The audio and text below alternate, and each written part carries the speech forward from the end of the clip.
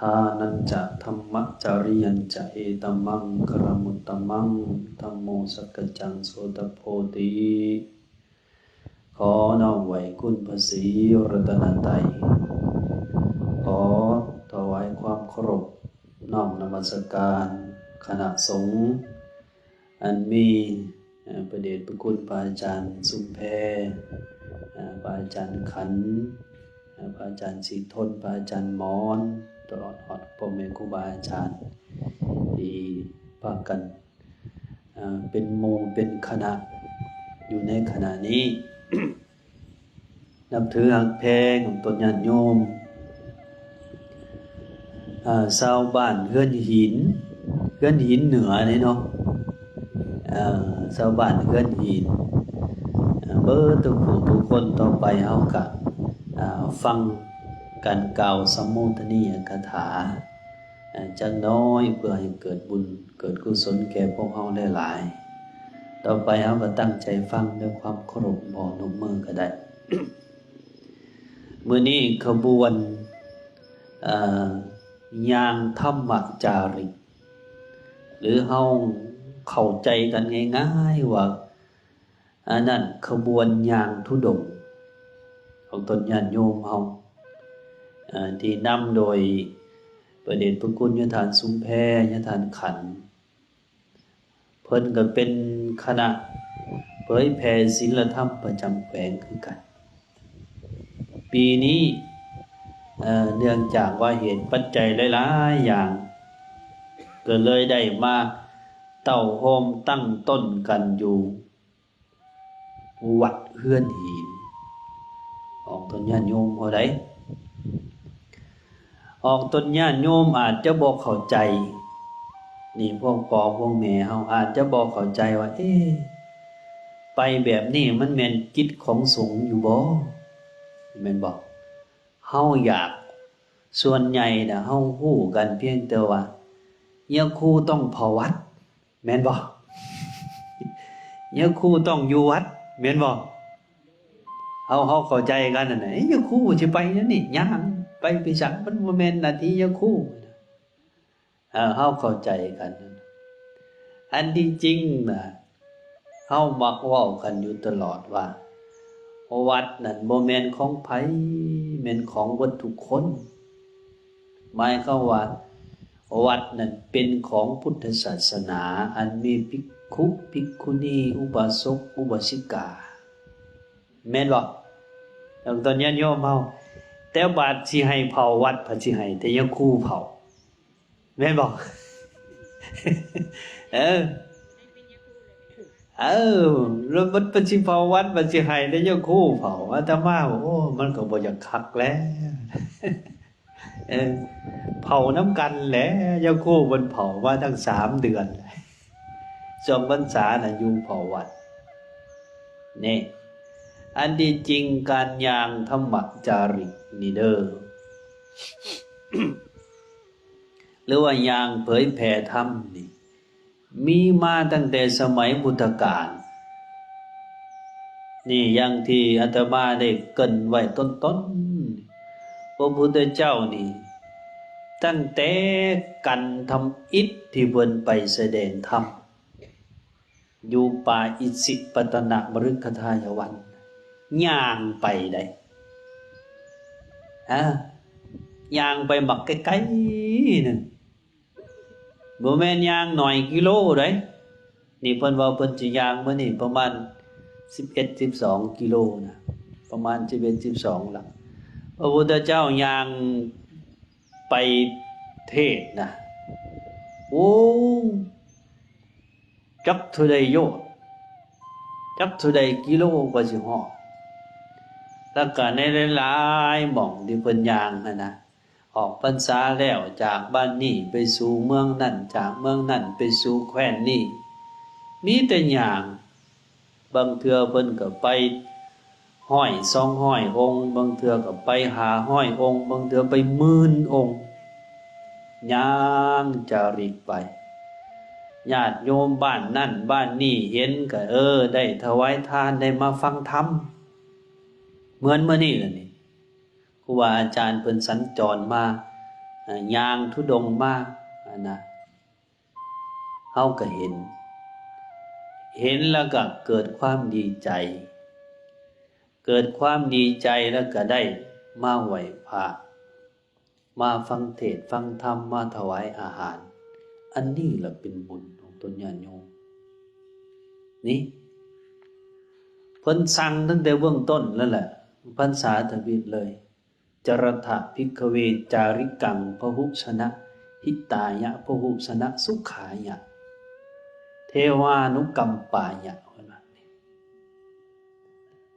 เพิ่นบอกภิกขุนะภิกขุทั้งหลายทานทั้งหลายจงเที่ยวไปหยังเที่ยวไป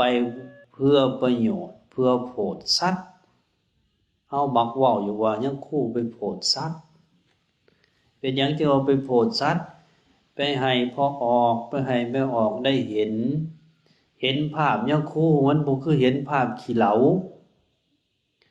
เห็นภาพยังคู่มันบ่แม่นมันบ่คือภาพคนขี้เหล้าบ่คือภาพคนบ้าบ่คือภาพคนม่วนคนเมา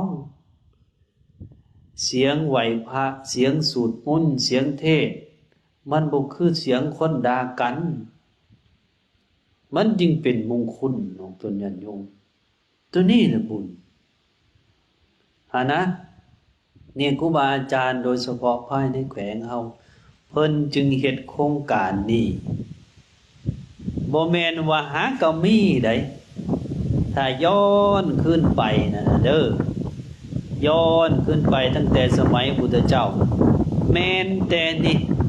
คงเขตเมืองไซภูทองนี่เมืองคุมบัดเจดีย์เก่าก็เป็นดินแดนที่พระพุทธเจ้าเคยย่างมาอย่างพระธาตุโพนน่ะทั้งย่างทั้งฮอกอะไรพุทธเจ้าเฮาเถอะเว้านะทั้งย่างทั้งฮอกจากอินเดียมาพี่เมื่อแม่นมันไกลๆนี่ด้วยอิทธิฤทธิ์ของเพิ่นก็อาศัยการจาริกนี่แหละพวกพ่อพวกแม่ภาษาบาลีน่ะใช้คำว่าจาริกังนี่ก็คือการย่างการเดินทางจาริกังจาริกะนั่นน่ะนี่การย่างการเดิน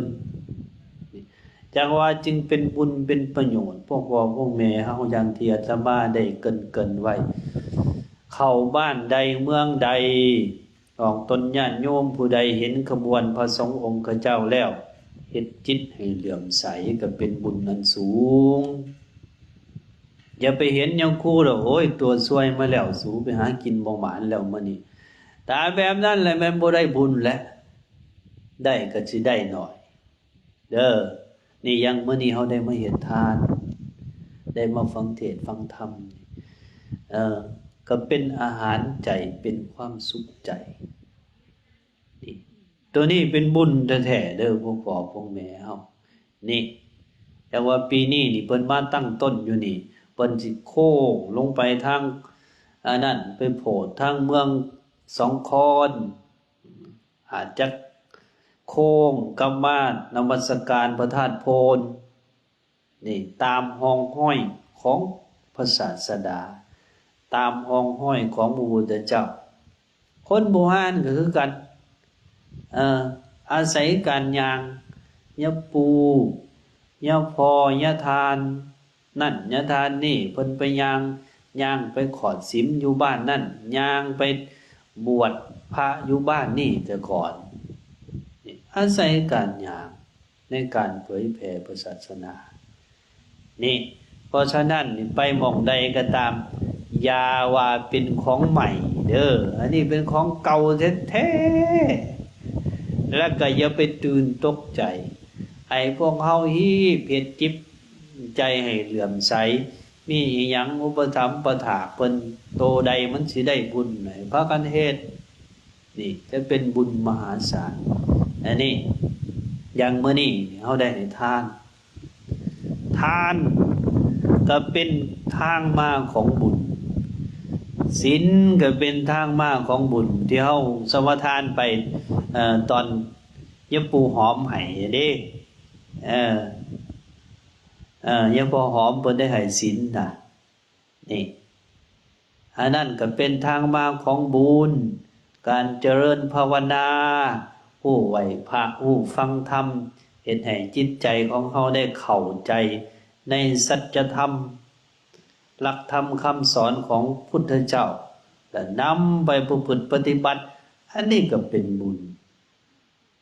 เด้อนี่จังว่าอนุโมทนานำได้หลาย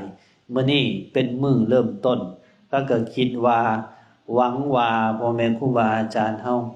จะรักษาโครงการนี้ไปอยู่ตลอดไปอยู่ตลอดไปอยู่เรื่อยๆจากรุ่นสู่รุ่นรุ่นนี้เฒ่าแก่ชราไปบ่ได้ก็สร้างรุ่นใหม่ขึ้นมานี่ให้รุ่นลูกรุ่นหลานสืบทอดตัวนี้นะมันเข้าถึงญาติถึงโยมญาติโยมได้เห็นอย่างถามแม่ตู้แม่ย่าเฮาเมื่อกี้นี่เคยเห็นอยู่บ่ยังบ่เคยเห็นว่าซั่นขนาดงานปฏิบัติธรรมพ่อใหญ่จานอยู่วัดเฮือนหินเฮานี่น่ะเคยมีงานปฏิบัติธรรมอยู่แม่นบ่จักปีคืนหลังน่ะเห็นว่าจนบ่จื้อนี่ได้เห็นนี่ก็ถือว่านี่มันน่าจะมีห้องห้อยอยู่อาตมาครูบาอาจารย์เพิ่นจะว่าเอามาตั้งต้นนอนอยู่เฮือนหินคืนนึงเพิ่นว่านี่เด้อเป็นบุญบ้านเฮาเด้อของตนญาติโยมเด้อมาค่ำจังหันค่ำถวายอาหารเพิ่นยากอยู่บ่บ่ยากแม่นบ่บ่ได้ยาก60องค์นี่เฮายังสบาย60กว่าองค์นี่บ่ได้ยากปานใดเนาะนี่เพิ่นฉันในบาตร